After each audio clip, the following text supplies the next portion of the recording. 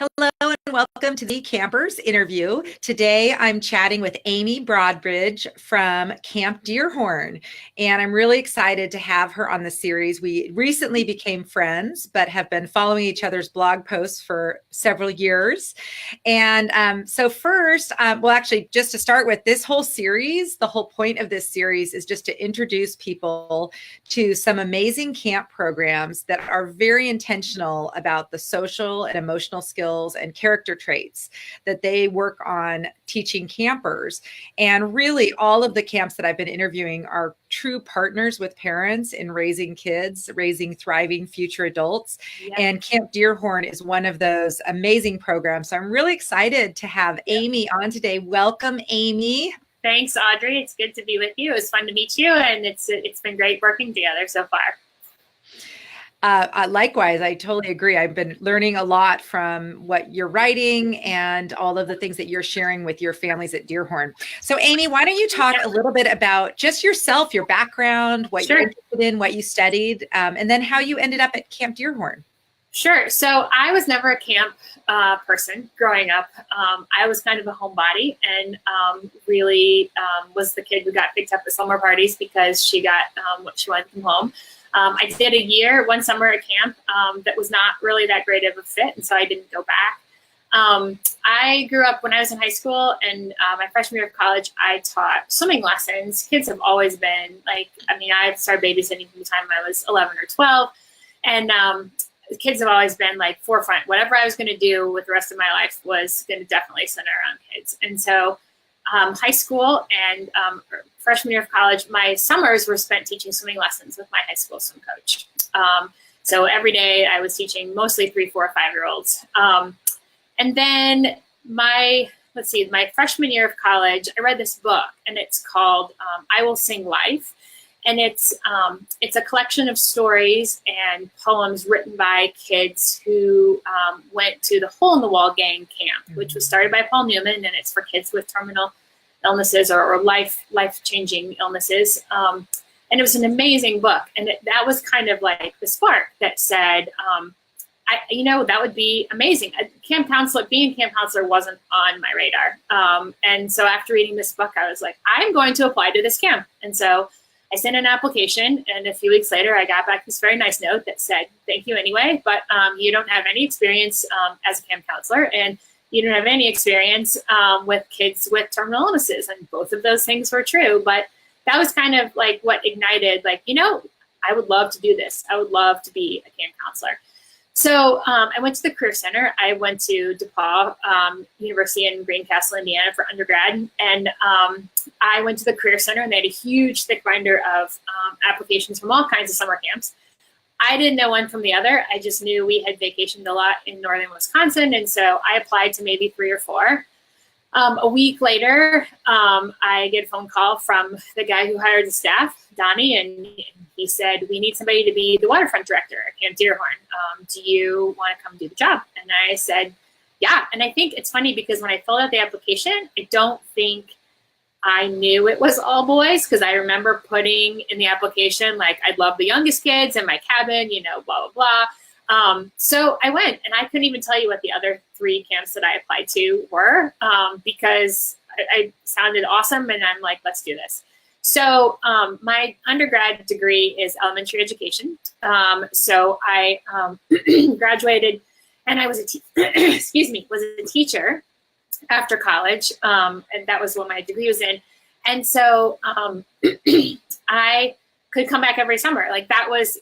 I loved camp so much. My first summer was the summer after my sophomore year of college.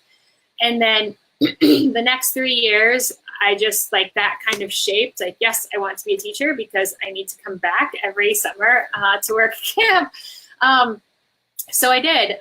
For 6 summers, I was head of the waterfront, and I one summer I also got to lead the Voyager and Pioneer program, which is my husband's in charge of those. It's 5 weeks that they're there with us, leadership programs. And the Voyager program does 5 weeks, but then also does an 8-day sea kayaking trip in the Apostle Islands, Lake Superior. And then the Pioneer program is our answer to the fact that Voyager was always full, and we hated turning kids away. And so my husband has developed this amazing pioneer program that involves a week of backpacking the North Country Trail along Lake Superior. But both of them are there for 5 weeks. So I got, for 3 years, three summers, I got to lead the Voyager program, which was incredible. At that time, it was half hiking and half sea kayaking. So that was six summers. And it's funny in terms of even how I got my first teaching job. My first year after college, I just substitute taught. I was not ready to be a full-time teacher. I felt like I needed more experience. So I lived at home and I substitute taught, went back to camp. Still, I had applied to a ton of jobs for that fall, hadn't gotten anything back. So I was working in the office that summer, and let's see, that would have been 2000. And I was working in the office, and I get this phone call from a friend of mine whose mom was a teacher at a Catholic school in Chicago. And she said, Amy, she's like, can you just have Rock call me, because we just lost our 4th grade teacher, and I'm wondering if he could see if there's anybody there who's looking for a job. And I was like, hi, I'm looking for a job. And so that year, like, I went down, I stopped in Chicago and had the interview and got the job. And so spent 3 years teaching 4th grade at a Catholic school in Chicago, which was an amazing experience on the north side in Wilmette, called St. Joseph. And that allowed me to then be able to go back to camp every summer. And then the 3rd year that I was teaching, I had led Voyager for 1 summer. And then the 2nd summer that I led Voyager, just the way the staffing worked out, Patrick, my husband, and I ended up leading Voyager together. And everybody likes to joke that they saw it coming long before we did, including my nieces, like, oh yeah, we knew you were going to marry him. Well, neither one of us knew that until it actually happened. But we'd been friends for 6 summers. We knew each other. We had, had significant others. And so that was 2002. And we got married in 2003 at camp, of course, which was incredible. So I used to say, I would write essays or whatever and talk about there's going to be a day when I don't get to come back to camp and I'm going to be really sad. And then it just didn't. There's not a day when I get to do it year round. And I always joke with my husband. I said, when you asked me to marry you, I had to stop. And I had to make sure that I was marrying you for you and not just for camp, because that's how much I loved camp. And of course, I was marrying him for him. But it was a wonderful wedding, and we got married. And so those first 6 summers, I worked as head of the waterfront. And then starting in 2003, I took on more of a director role. So camp, he has 2 older brothers. I'm married to Patrick, and then he has an older brother named Blaine, and his oldest brother is Don. Their grandparents started Deerhorn in 1930, and then passed it along to their dad, and then in 94 passed it along to the 3 boys. 2013, Don and his wife Susan retired from day-to-day directorship, but they're still owners and very, very, very crucial to running of camp, just not of day-to-day stuff. And then his middle brother, Blaine, they have 2 daughters. They have his wife, Barbara, and Patrick and I, so are the 4 main directors. And then their kids, Taylor and Kiana, are in their 20s, and so are now coming on and taking more roles on as well. So we're 3rd generation family ownership, whereas like the 4th generation, we kind of have a split because Blaine and Barb's kids are older in their mid-20s, and our kids are 10 and 12. So it'll be a while before that half of the 4th generation takes over. So yeah, that's kind of my story, how I get into camp, and I feel incredibly lucky. I used to go to those video presentations in Chicago when I taught at St. Joseph's, and I'd go to the presentations and I'd talk about how awesome camp was and how much I loved it. And so I joke now at video presentations, I'm like, I'm not quite I don't sound as unbiased as I used to be, since my last name is now Broadbridge, but the passion is still there in terms of how much I love camp and the friendships formed and what we do on a daily basis. Oh my gosh, that is such a great story, Amy. And what is so funny, as you're talking, it sounds just like my story. The whole binders in the Career Center. Yep. Was how I found camp, which is so, that's so 1980s. I don't know what year it was. And I actually started at my camp the summer after my sophomore year, just like you. Yeah. I was reading some of your bio, and it was crazy in terms of some of the similarities. Right. Yeah. Yeah. So anyway, that is so great. And I also think there's so much of educators who are in camp. A lot of time, a lot of camps were started by educators who just spent their summers running the camp programs. And I think it really brings to light how camps are really an important part of education for kids. For sure. And it's the whole like social emotional part and some of what we're now finding, maybe even the more important things than the academics that we're teaching at our camps. Yeah. Okay. Well, let's talk about Camp Deerhorn. And actually, I want to ask you, are your kids boys or girls or what? One of each. So we have a 12-year-old boy and a 10-year-old daughter.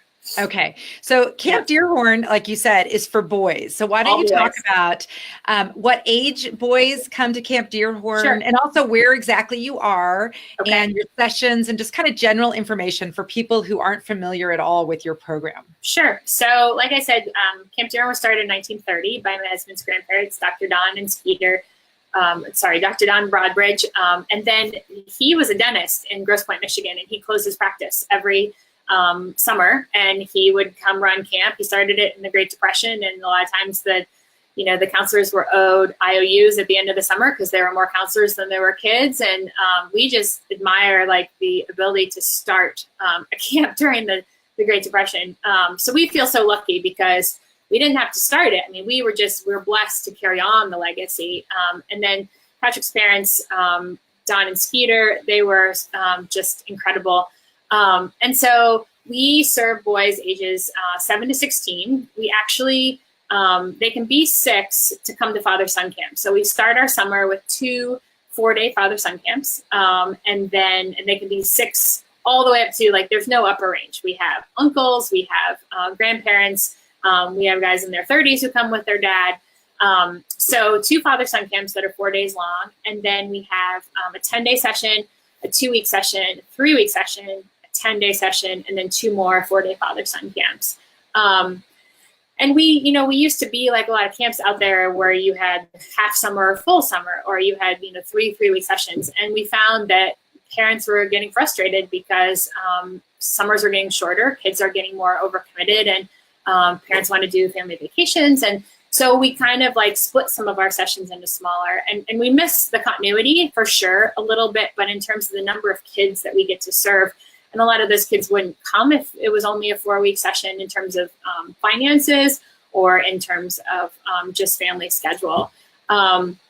So in terms of our activities are pretty broad summer camp activities. Waterfront has everything: water skiing, sailing, swimming, canoeing, kayaking. On land, we have mountain biking and arts and crafts, horseback riding, golf, sports and games. It used to be called baseball, soccer, and now we've changed it a long time ago to sports and games, so they played something different every day. Archery, riflery, pretty typical summer camp activities for the course of the summer. So, and then the other thing too, you're talking about kind of where we came from. We have our Deerhorn Creed, which we'll talk about later. But then there's this mission statement that Dr. Don wrote in 1932, and he wrote it, almost 90 years ago. And it's amazing because it says here, I'll just read a quick, it says, "This summer, your boy will grow. This is the keynote of our responsibility at Camp Deerhorn. We have planned and built for his fun today and his development tomorrow. We like to think that Camp Deerhorn carries to your boy something richer and more permanent than suntan, stronger muscles, clear eyes, inches, and pounds.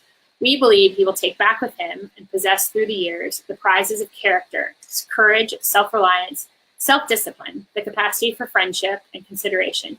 In brief, those ideals of manhood which every parent seeks to realize in his boy." And here we are, almost 90 years later, and those could not be more true. And so it's pretty incredible, and it's such a gift to be able to carry on that legacy. Oh, that is awesome that you have those words, because they are so true still today. Okay. So Amy, you said it quickly. So just the main session links then, so 10 days or 2 weeks? So we have 2 4-day father-son sessions that start. We call them Father-Son 1, Father-Son 2. And then we have our 4 sessions are called A, B, C, and D. A is 10 days, B is 2 weeks, C is 3 weeks, D is 10 days, and then 2 more father-son sessions. We do in the middle of the 1 week session, in the middle of the 3 week session, when our Voyagers, our 15-year-olds are out on their trip, we bring in 12 7 to 10-year-olds who are coming for the first time. And so we call it a spike buck session. It's the 1 week, it's just 1 week of it. And so it's very much just a taste. It's not, you know how it is at summer camp, like you really got to stay for a while to really get the full feel. But for them, it's a great taste to see if it's something, and almost all of them come back the following year for longer. So we do have that 1 week session. And that's the only one that's for a certain age group. And you can obviously do it twice. So all the other sessions have 7 to 16-year-olds. It's just that 1 week session that is for the little guys. So, and I don't know if I mentioned, we are located in Rhinelander, Wisconsin, which is about 5.5 hours north of Chicago. And we're on a lake. We are on 4th lake of the Moan Lake chain. There are 5 lakes in the chain. So we're on 4th Lake. It's not a very romantic name, but that's where we're located, is on 4th Lake, just outside, about 7 miles outside of Rhinelander. And how big of a lake is it? It's about a mile across to the other side. Camp Deerhorn, we own about 100 acres of woods and a substantial amount of waterfront. And so the lake is, it's big, but it's not so big that you have tons of, jet skis, and like most people who have summer houses on the lake, it's very quiet and calm. And so it's not our own lake, but most days it feels like it, except for 4th of July, then there definitely are a few out having fun, but mostly it's a pretty quiet lake and great for skiing, sailing, and all our waterfront activities. So great. It seems like what a great opportunity for families who are thinking about Camp Deerhorn, that you have 2 different, like they could come with their dad the first time. That's been a huge really program. Yep. Huge feeder program. In fact, our Father-Son 1 and then Father-Son 2, Father-Son 2 is reserved only for kids who are coming staying for the A session. And that A session, oftentimes, like last year, A session filled up before Father-Son 2 did, but we just saved that session for kids who are staying, or their siblings who are too young to stay or aren't ready to stay. But that's been a great, to have, these 45 spots of just if you're staying for A session. And it doesn't always happen the first year. They come when they're 6 or they're 7, and they might not be ready until they're 8 or 9, but they do. They feel super comfortable being at camp and knowing their way around. And then a lot of them are ready to come the next summer by themselves. Oh, that's so great. And you also have that 1 week opportunity for first-time campers. Exactly. But I'm guessing a lot of your first-time campers just come to one of the regular sessions, correct? For like 10 days, 2 weeks, 3 weeks? Most of them. Yeah. I mean, because we offer 2 10-day sessions, that's a great start for first-year kids too. The 1 week just tends to be a little more hand-holding, and just slightly shorter for some parents. Like the 1 week is a huge difference than 3 extra days for the 10-day session. So. How many kids do you have at one time, and how big are the groups, or how are they, split up into groups? Sure. So we have 140 at a time, and that's a really great size for our dining hall, especially when you have all boys. So 140 is our max for each of the sessions. And we divide them by age for the activity groups. So the way our activities are set up, they're not getting choice in terms of what activities they pick. The only choice they get is whether they do horseback riding or golf, because horseback riding is a pay extra activity. And so they have a schedule. They're in with activity group with kids their own age. Some of them will be from their cabin and some will be from other cabins. So we have 12 activity groups. And so our schedule goes Monday, Wednesday, Friday, 6 activity periods, Tuesday, Thursday, Saturday, the other 6. The only thing they have every day is sports and games, because we take 2 groups and put them together so they can play team sports. And so that's kind of like our basis. The activity groups have about 12 kids. But then the cool thing too about Deerhorn is, and I think this is probably true of a lot of summer camps, is all the different ways we group them. So you're not just getting to know kids who are your own age. If you're in 2nd grade in elementary school, you are playing with 2nd graders on the playground, but at camp, age just melts away. And so they're put in an activity group, and then they also have groups from their kuji, what's what we call cabins or kujis. The littlest kids will have four kids, and then a counselor who has to be at least 19 or have a year of college, and then an assistant counselor who can be 16, 17, or 18. So the little kids all have an assistant counselor also, but only like 4 or 5 kids in a cabin. And then as you get older, I think our biggest cabin might hold 10 kids, and that might just have one counselor for the older kids who don't need as much help as the younger ones do.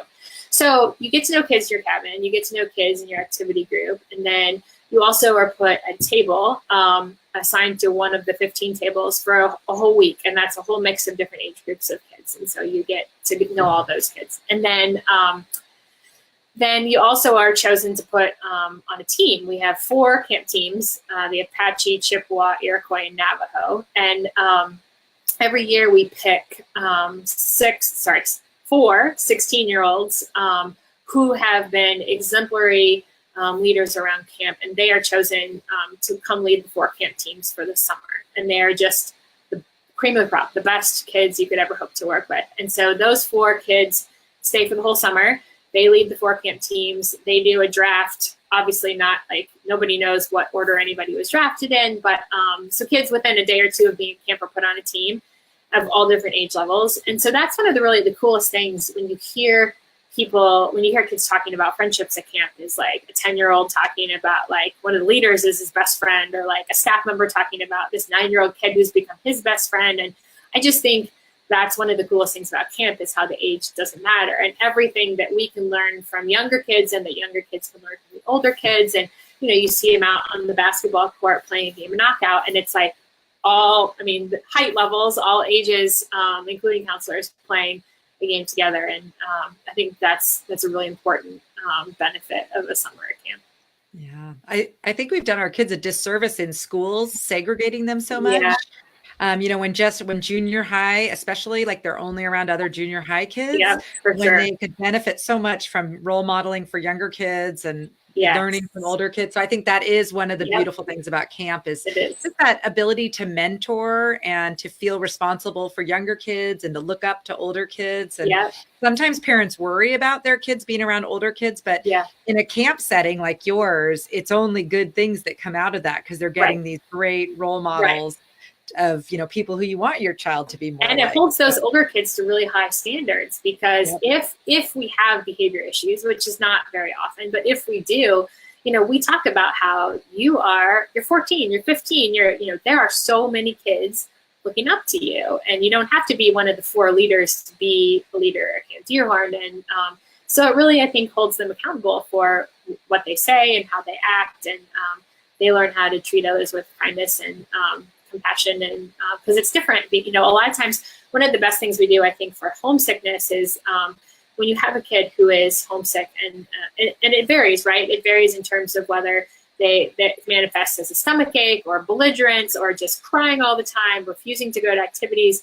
And so it depends on the age of the kid. But a lot of the younger ones, we oftentimes we hand them off. We're like one of the leaders, one of the 16-year-olds who was homesick himself when he was younger, and so he can talk about it. Our counselors, even some of the 13, 14-year-olds who struggle with homesickness, and they're going to listen to them way more than they're going to listen to the principal, right? To the director who's like, you got to stay busy and blah, blah, blah. But if there's this kid who's active, who's a leader, who's just awesome, and they really look up to you, and well, if he can do it, I can do it too. So it really comes in handy in terms of homesick kids, being able to really help them and help them see how good camp can be. It sounds like just a really nice community for the boys, and especially the size that they get to know each other and everything else. Do you have a lot of your campers? Are they, kids who are coming back, or maybe their dads went? And how about your staff? Do you have a lot of that kind of continuity? We do, big time. We have each summer, I would say probably between 65-70% of our kids are returning from the year before, and that's not counting, the kids who age out, who are too old and now are working on staff. Last summer, we have about 100 staff over the course of the summer. Our staff ratio is about 1 to 4, but during the course of the summer, we have about 100 100 staff. And last year, I think I could count on one hand the number who had not either been a camper or a counselor before. We always hire a few through Camp America, and that's great to get guys from England and other countries. And then we have a few sometimes who come friends of a friend. And so not all of our staff were campers, but they have, it's their second or third or fourth year working at camp. So there's definitely that continuity there for sure, which is huge because they've grown up learning about the creed and what life is like at camp. And so it's a beautiful thing to watch. So what's it like? Like, I think for new families, it might feel a little daunting going to a camp that's been around for so long and has so many returning families. Tell me how you welcome in new families and first year campers to help like assimilate them into the community. Yep. So we try to do some presentations, especially in Chicago. About 65% of our kids come from Chicago. And so we try to hold presentations, not just for people who are interested in learning about camp, but also just a Q&A to meet a camp director and meet other camp kids. I facilitate a lot of connections. Oftentimes I'll have a mom email me and say, like, my son's really nervous. Like, he's older, he's 13, and he doesn't know if all the kids are going to be younger. And so a lot of times, like, they'll say, like, can you help suggest Coogee requests? Like, he's not coming with any friends. Can you suggest? So I love going into that session and like looking to see the 13-year-olds who are there. And I've done this a few times where like I send her a message back, like, these are the names, like, not that you will know any of them, but they're awesome kids. And like, I think they would be great Coogee requests. And then sometimes those kids, if they live in the same area, will even like meet up with their parents' help so that they know some people before. We do have a bus that comes up from Chicago that on the first day and the last day, and that tends to be where camp starts. So even like kids who are coming to camp for the first time, obviously sometimes parents want to bring their child up, which we understand completely, which is awesome. We love, meeting parents. But other kids are like, no, I really want to ride the bus, et cetera. And so that's kind of like by the time they've been on a 6-hour bus ride up to Deerhorn, they get there and camp has already begun and they already know a bunch of people. And there are parents, there are parents who worry that their kids don't know anybody or they won't send them if they don't know anybody. But then there are also others who are like, no, this is why I sent him to camp, right? To meet new friends and like he's excited. And so it kind of varies depending on the parents reaching out to us and saying, here are things. And I think another thing we do to help new kids is on that opening day, the bus arrives around 3 p.m. And from then on, everything we do is in small sections. So it's not like here's camp and like go, and here's all the things you need to know in the first 24 hours. Whereas it's more like, okay, now all you have to do is go look at the list, find a cabin, and then we'll be all down in Coogee Row, like helping everybody get settled. And then the next step after you unpack is to go take your swim test. And then when you're done with that, then you go back to your Coogee and, they do tours around camp or whatever. Then we have a short meeting at like 4:30 or 5 to introduce the staff. And at that meeting, my brother-in-law, Blaine, he will only do a schedule that goes up until dinner time. And so this is what, and then at dinner time, it's like, okay, this is the schedule for the rest of the night. And then up until breakfast tomorrow. And then at breakfast, we talk about, so we try not to overwhelm kids with everything all at once. And I think that works really well. But I think one of the main things is just if parents have concerns, whether or not their child is coming with a friend, that they reach out to us and that we can provide names of who's coming from their area, or we can make suggestions for cabin requests, or if they want to meet somebody ahead of time. There are lots of our camp parents for sure who are like, yes, I would love to do that. My son would love to do that. So if parents want to talk to someone about, like, if Camp Deerhorn's a good match for their son, are you the person that they usually talk to, or is it any of you as the directors? Any of us. So we have an 800 number that's on our website. And the 800 number right now rings in Florida, which is where Blaine and Barbara live. And so that's who they would talk to if they called the 800 number. But frequently, my husband does all the applications. And so he's the one acknowledging all the applications, and he's the one sending out, info about filling out forms. So frequently people will just reply and then ask questions. And so we don't have the 800 number, but our phone rings here too. And most of our emails are pretty easy. That Blaine and Barbara's is just Deerhorn@deerhorn.com, and mine is Amy@deerhorn.com, and Patrick's is Patrick@deerhorn.com. So it's pretty easy to reach out to any of us. like I said, they have the main email and the main phone number, but Patrick and I do so much by email as well that it's pretty much depends on kind of what started the conversation. Yeah. That's so nice. And then all of you are at camp during the summer too. So you've already kind of gotten to know the families ahead of time. And then once the boys are there, we're there from, end of April and middle of May. Since our kids are still in school, Patrick and I are taking turns going up for a week and then staying down here with the kids. We live in Madison, and so it's about 4 hours south of camp. So we're all up there all summer from June, July, and August for sure. That's so great. Okay, so let's talk a little bit about, first of all, I want you to share a little bit about your philosophy around having an all boys program.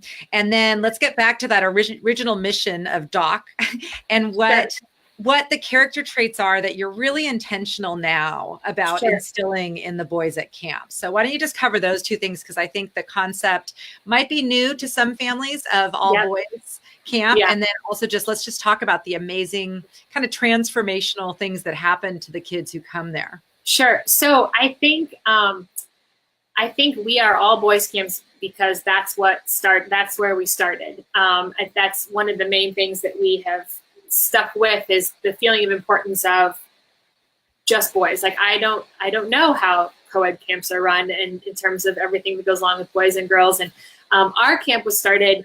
So Dr. Don, his sister had a camp down the road called Bernavin, a girls camp that was started several years before, and he worked there. And so he wanted to start a boys camp, a brother camp to Bernavin. Bernavin closed in 1974.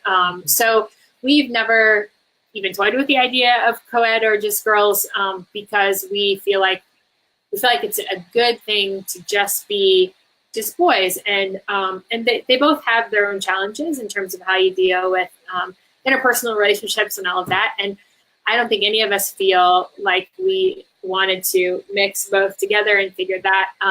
We have our father-son camp. We tried for a couple of years to do a family camp, which we didn't have a ton of space because we had to have one family in each cabin. And so that's only 20 families or so, 21 that we could take.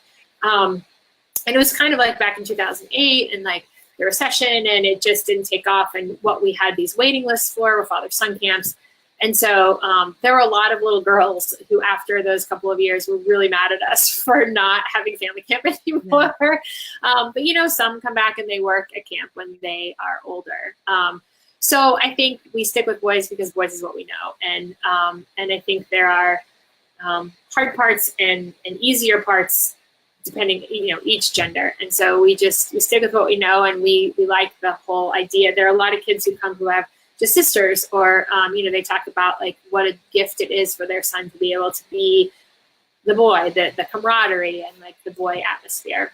And our creed was written by Dr. Don in 1930 also. And it's crazy how, almost 90 years later, how relevant it is for today's kids and how important it is. Like one of my favorite lines of the creed says, to be kind because manliness requires kindness. And we have parents who talk about their kids coming home saying what it means to be a booster rather than a knocker, and all of this stuff. And we had a story from a few years ago.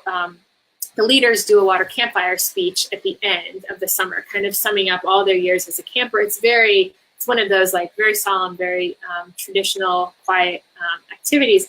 And we have a lot of younger kids at that session at the end. And so you always think like they're falling asleep, they're not listening to the speeches. Somebody introduces them, and then the leader gives a speech, and then they play a song on guitar. And one of them was talking about what it means to be a regular fellow. So it says to be a booster rather than a knocker, an optimist rather than a pessimist, and a regular fellow is what kind of that whole line starts. And so he talked all about what it means to be a regular fellow, that there's nothing regular about being a regular fellow. And we had this letter that came home after camp from a 13-year-old who was his first year at camp. And he went home, and his grandfather was nearing death, and he sat down next to him, and he told him all about what it means to be a regular fellow and everything he had learned at Deerhorn, and that when he had kids when he was grown up, that he would tell him tell them all about his grandfather, the regular fellow, and like that, how much that, I mean, I was in tears just reading it. And his mom says, you know, like, here are all these adults who are in the room, and here's our 13-year-old, like, showing us how to be and what to talk about. And like, I just, it's those times that I realize that they are listening, even if you think like, you know, the younger ones are nodding off, they do hear it. And so the creed has always been around, but I think it's been a lot of the last 10 to 15 years that we have intentionally made it a part of the daily talk at camp.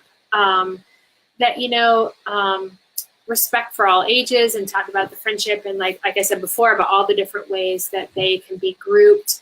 I know that a lot of camps do, like I read someplace, I think it was maybe in your book, about some camps do things like the roses, thorns, and leaves. Ours are called orchids, onions, and warm fuzzies. And it started, like, they do it on Voyager and Pioneer. And the orchid is the great thing, and the onion is the tough thing, and then the warm fuzzy is thanking someone for something that they did. And so it's really cool because my husband's been leading this trip for over 20 years, and now a lot of those kids are, you know, as they come back and be counselors, they're doing it with the younger kids in their cabin. And so every night they're doing these warm, you know, orchids, onions, and warm fuzzies to really, like, you know, reach out and connect each other. Another cool thing is my brother-in-law Blaine does a lot of the talking at the beginning of the sessions and at meals about rules and, like, you know, here's what we need to do, the schedule and all of that. But one of the very first meeting when we introduced the staff, one of the stories that he tells is called, like, how to be a turtle flipper. There's a video on YouTube about these two turtles, and one turtle is on its back. It's a real video of these two turtles. And one turtle's on its back, and this other turtle slowly, of course, walks along and, like, shoves its nose, like, under the turtle shell and, like, keeps nudging, and flips it over, and then they just go off walking together. And so we've gotten letters, you know, from kids, like, about how awesome camp was, and that for the rest of my life I will be a turtle flipper. And it just, that's how we need to treat each other. That's what we need to do to each other, is flip each other, you know, is be there when the other needs help. So that's always a really cool thing that kids really, they hear it, they listen to it. Every Sunday we have a what we call Words of Wisdom, where it's non-denominational. It's just a very short talk that one of our counselors gives about something that is meaningful in their life. And that has been, you know, there are a lot of kids who will remember a lot of the topics that counselors had talked about. And again, like, they're going to listen to those kids before they're going to listen to us as camp directors. I think, and so kindness and compassion, and, you know, that all goes along with our creed.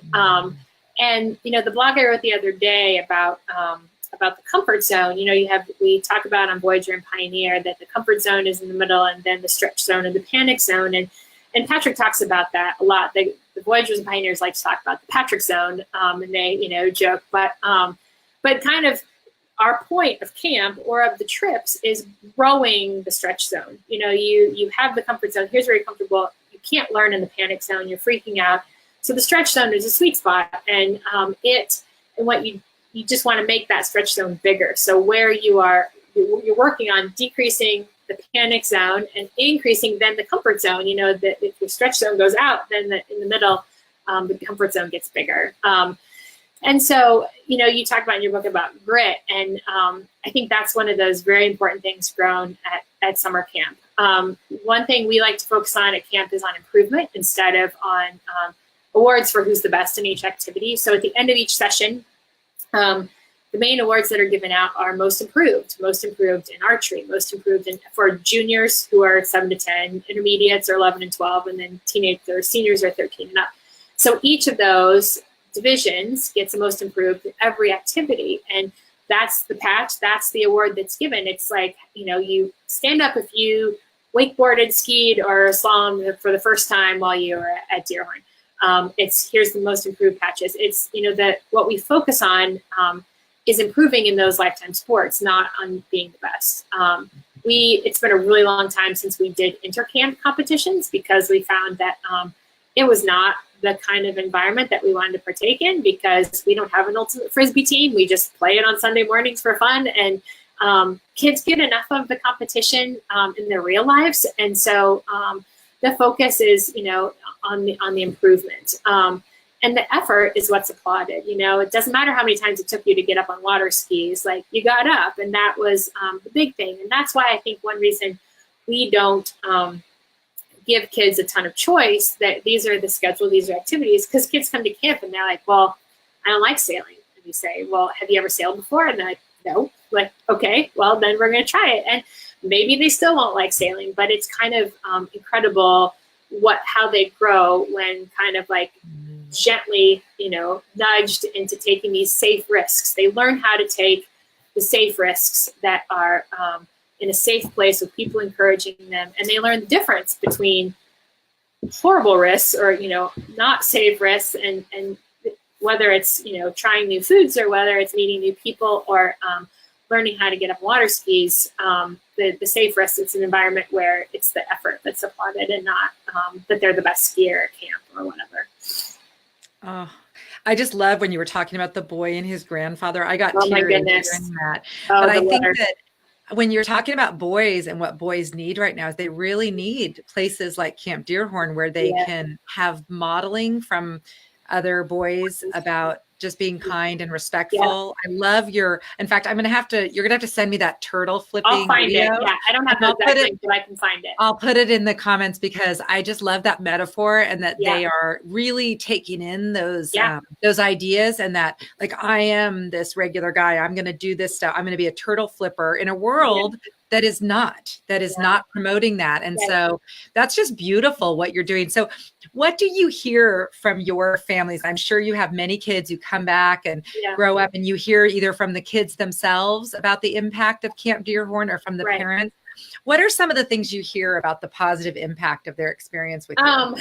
So yeah, it's amazing to get these letters from kids. Like the parents' comments are wonderful, but when it's a 10-year-old kid talking about being a booster rather than knocker or being a turtle flipper, that's pretty special. Here's just an example. You talked about earlier on about parents seeing us kind of as partners in helping their kids grow. So she says, this is from a mom whose boys one's now grad school and the other one is in college. And she said, I've just returned from dropping off my son at college. He's excited, confident, and well prepared. Your families and the camp experiences have been so important in the development of my sons. Thinking of you as partners in raising these guys. Hard to believe they were about 8 and 10 when they started at Deerhorn. Many of the skills and values learned as campers and counselors have come to light as they both begin a new chapter. So, it doesn't matter how old they are, like, it's pretty incredible. And I'm doing a blog here pretty soon about camp as the ultimate internship. Like, that was one of the great sessions, right, at Camp Rainer Camp, and how we as camp directors don't do a great job at saying, like, it's not just fun to work at camp, like, these are important skills that you're learning. And it's cool because I reached out to a whole bunch of former staff on Facebook, and I got so much feedback, like, oh my gosh, like, so many things that I learned at camp who either helped me get the job, helped me keep the job. Like, if you can manage, 4 8-year-olds at 9 o'clock at night when they're trying to go to bed, you can definitely manage an entire, production team, whatever. So that's pretty awesome to hear. The other thing that has been super meaningful for us over the past year, especially the year or two, is that it is not really an easy thing to talk about. We have attended several funerals of members of the Deerhorn family. And in the last year, we lost a 12-year-old camper and also one of our best staff members. The staff member was the spring of 2018. He was supposed to work the entire summer at camp. And so when we went to funeral, and the mass number of people who showed up. The Voyagers, he helped lead Voyager the year before, and the Voyagers showed up the night before. They all spent the night in one basement together, like they hung out together. And, one of the kids talking about it. Well, I feel guilty that I'm excited to see my friends. And I said, no, like, you have to hold on to the good stuff in the midst of all of, that you can't protect kids from the bad. And that for a lot of these kids, even staff, like guys who I'm really good friends with, who are in their mid-20s, who have all 4 grandparents, who have never lost anybody close to them, like, that was incredibly hard for them. And so one thing that has come to be important to my heart is the importance of connection. You know, they say that it takes a village to raise a child, and most of our kids have incredible villages already, right? They're coming from great homes, they have great friends, very well connected, supportive families. But I feel like you can never make your child's village too big. We can't promise, we can't protect them from all of the hard stuff in life, the pain and sadness, but we can promise them that they will never deal with it alone, ever. And so that was seeing all the Deerhorn people who showed up to support the family, to support each other. And so I had, during those 2 weeks after he passed away, like I kind of was the liaison, the middle in terms of connecting people with like what was happening with the service and all of that. And I had an email from a parent, and she said, "I appreciate you all more and more. As parents, we are struggling to help our son as he deals with this tragedy. It comforts and helps us that he values the Deerhorn Creed about what it means to be manly. It's okay to have feelings. It's okay to care about others. It's okay to cry." And you know, no one would wish any of those things to have happened to us, but it has brought us closer as a community. And I think it has shown the parents the deeper connections that are formed, that it's not just a summer camp. We can say friendships for a lifetime, and I can talk about, gosh, like weddings and babies and like really like for a lifetime. And now, you know, in recent years, we've had to do the funerals too. And a community that's that big, we feel lucky that we don't have to do it more often. And we feel very, very lucky. And so that I think has been huge in terms of parents understanding like it goes so much deeper than just 2 weeks or whatever.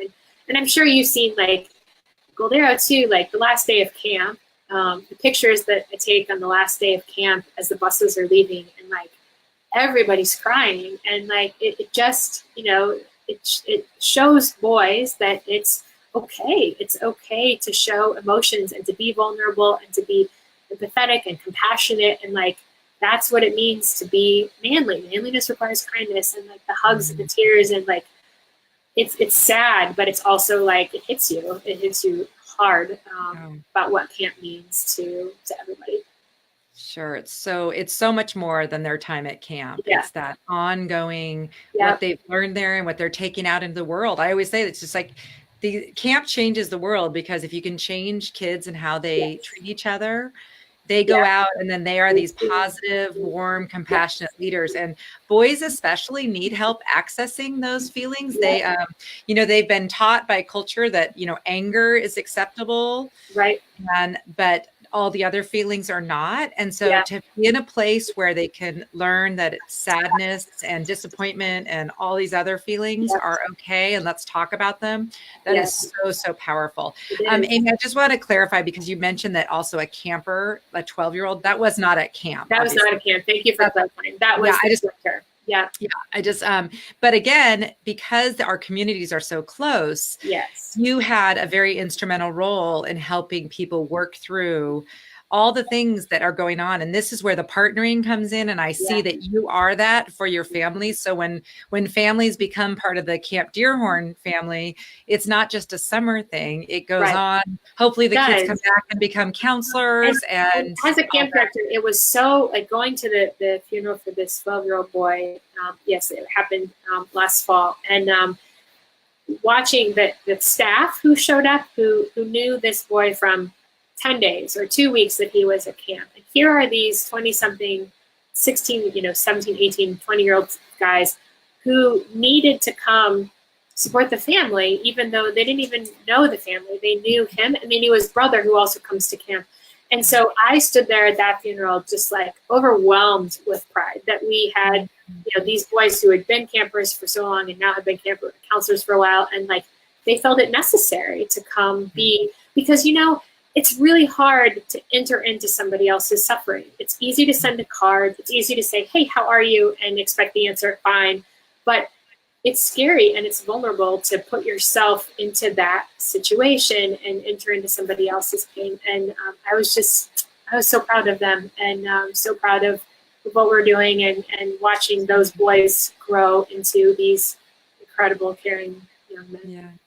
And you often don't see that until the challenging times. So even though we don't want to have challenging times, we know that our kids are inevitably going to face them. Yeah. And so giving them some tools and the ability to get together and be in community with others who can support them is so powerful, what you're doing. So it's really quite amazing.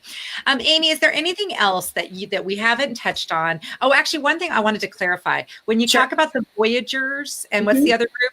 The Pioneers. Okay. How old are those kids? And those are a 5-week program, right? Yes. So we have, our sessions are A, B, C, and D. B session is 2 weeks and C session is 3 weeks.